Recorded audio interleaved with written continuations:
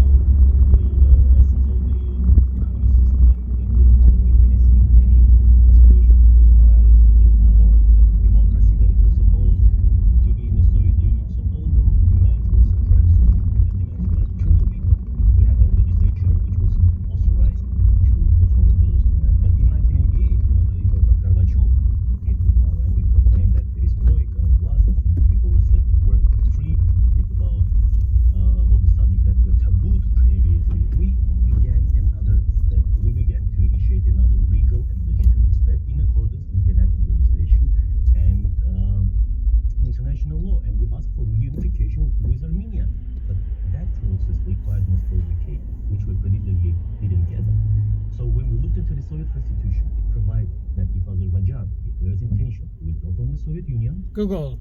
All the autonomous entities, that was true for the entire Soviet Union, were free to decide their own political and administrative status according to their will. And Nagorno-Karabakh was autonomous before that, and therefore would follow that it was free to decide its own status. Exactly, and we did referendum. Azerbaijani minority here, which at that time formed 21%, was given the chance to take part in the vote. They got the boycott. That's the democratic, but it didn't affect the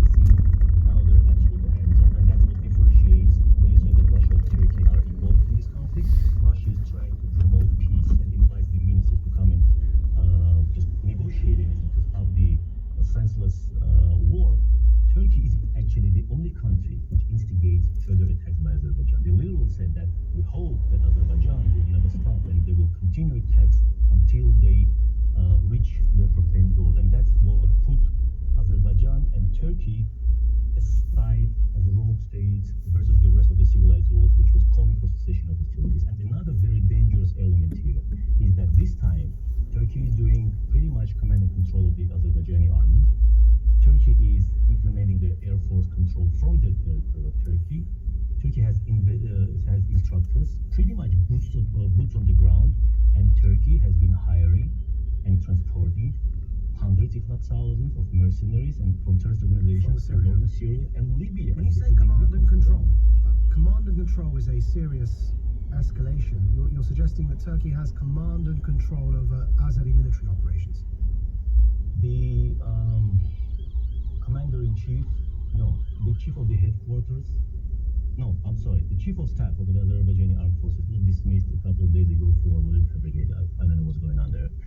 We know that Turkish commanders, Turkish officers, Turkish army has been involved in strengthening Azerbaijan. They actually, just about a month ago, they had military drills joined, and half of the equipment, of the military equipment, stayed in Azerbaijan. Eventually, of course, that now it's clear for us to be used against our civilians, because F-16s, which you correctly mentioned, our NATO weapon, is now used to bombard civilian population in Artsakh. But that's not the first case of Turkish kind of going rogue with the rest of the NATO states. You know the developments in the Mediterranean. You know the Cyprus and the proclaimed policy of zero problems with neighbors turned into zero neighbors without problems. Last question for you, sir. Why now? Why has this suddenly sparked off this conflict? What's suddenly led to it flaring up in this way?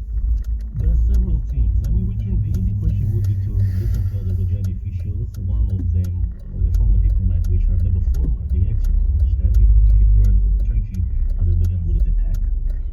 But there is a bunch of domestic political aspects. Azerbaijan is the family-owned country since 1960s. It is father-to-son relations. The sitting president inherited authority from his dad, who was the KGB chief during the Soviet period. And it's a very tightly controlled society which has a very repressive domestic system. And of course, people ask for freedoms. People ask for their share of the oil money, because Azerbaijan is an oil-rich country. And it is a country with consistently poor human rights record, and it has been called out in so many arenas for being the exporter in two good things, in corruption and in oil. There are domestic political components which sparked kind of this and led to this. There is a clear notion in Azerbaijan that the negotiation process doesn't lead to the direction Azerbaijan would like it to go, because it implies self-determination, recognized self-determination for Artsakh. It also, one of the big problems here is that probably we begin to believe that the Azerbaijani president does not possess the entire true situation of what's going on really on the ground, or the capacity of the armed forces. But there is also such a thing as constructive ambiguity from the world, which doesn't always participate in call out the aggressor. They have not felt any political or economic consequence when they previously attacked Artsakh. We have to end. But that's brief. I have much more to say, but thank you for it. Well, you're more than welcome to join us again, sir, and thank you very much for joining us. And we'll see as this situation unfolds. Perhaps we'll have you and the Azerbaijani representative from the Foreign Affairs Ministry back on as well. Thank you very much. That's Robert Avetisian, permanent representative of the Nagorno-Karabakh Republic to the USA. You're listening to Majid Nawaz here on LBC. We're going slightly later, but forgive me, that was really important to have that perspective on there, because previously we had the Azeri perspective as well. And the time now is 2:51. LBC. We're now going to move on to Prime Minister's questions. Today is 100 days, Mr. Speaker, since the first local restrictions were introduced. So what's the Prime Minister going to do about it? 2 weeks ago, Mr. Speaker, he supported it. In fact, I think he went on the Nick Ferrari show saying, I support the rule of six. Yes, I do. Be like the Prime Minister and join the conversation. Nick Ferrari at breakfast. Mornings 7, LBC. The 2020 US presidential election with Betfair. Who will win the vital swing states? Will it be a new term or a new start? shouting who will be heading down Pennsylvania Avenue and into the White House. For odds that react in real time, bet on who will win the US presidential election on the Betfair Exchange. Odds speak louder than words. 18 plus, please gamble responsibly. This is a message from the government. The law has changed.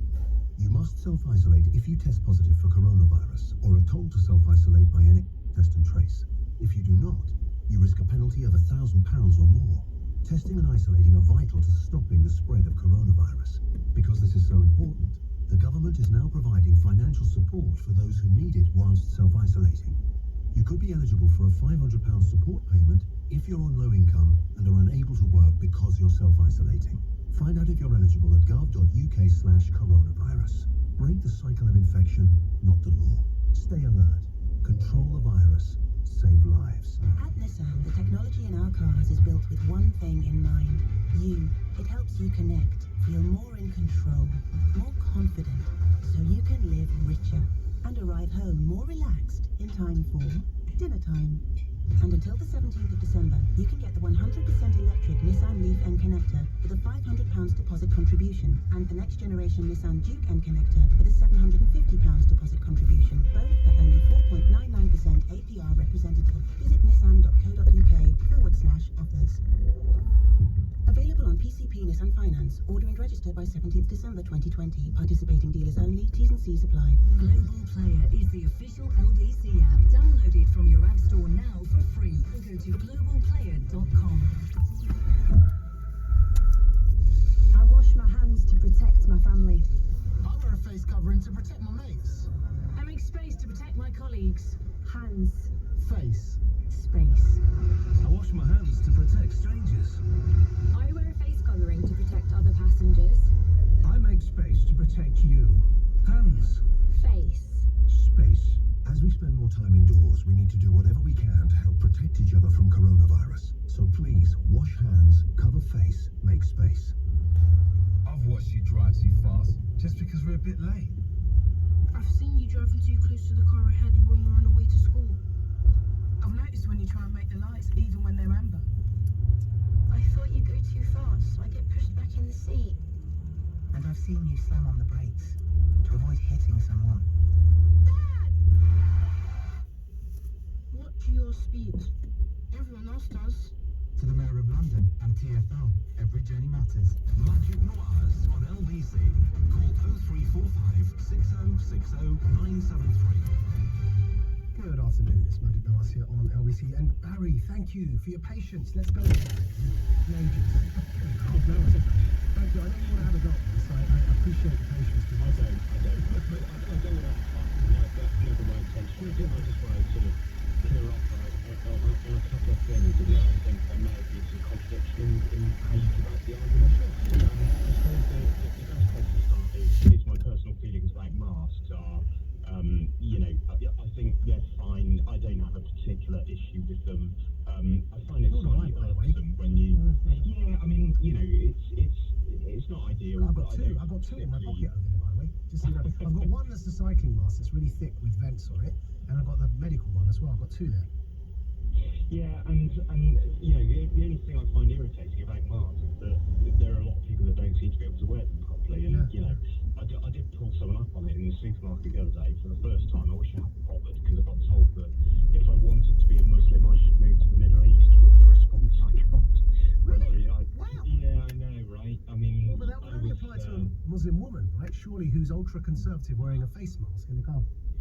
Yeah, I guess it's... And it's not the Middle East, it's specifically Saudi Arabia. It's where it's mandated. Yeah, well, I'm not of that percent myself, so I wasn't able to pick him up on his exact geography. But Probably wouldn't have been worth it, to be honest. All right, Barry, what's the contradiction you want to point out? So I think there's been a lot of discussion, so I listened to the whole show, there's been a lot of discussion after you made the point about a steel man and moving away from a straw man. I think there's been quite a bit of discussion which would actually go back to the principle of mask wearing and whether it's been effective or not. So what I'd like to do is just go back to what's been said and then what that actually means. So from what I can gather, from what you've been saying, is that there's two key strands to the announcement or the proclamation observation from this chap, which is firstly that it's about simplification because people don't know when and where to wear the mask. So it's more a psychological request than it is a physical request. But I think the other bit, which is really important, is the 2 metre bit, and that hasn't really been discussed. And there was a point in the programme where I kind of rolled my eyes at you a bit, so hold on to something firm, but it was the point where you said, you know, if you wouldn't want to be sat on a beach where there's nobody around you but having to wear a face mask, but surely under the request of not having to wear it unless you're likely to be within 2 metres of people, I don't think that would apply. Well, it might do. I think the word used was if there's a risk of coming across other people within 2 metres. Yeah. And that's the problem. There would be a risk on the beach. It's just that it wouldn't necessarily happen. There would be a risk in the sense that somebody could plausibly come within 2 metres of me in a beach, because it's why I use the beach example.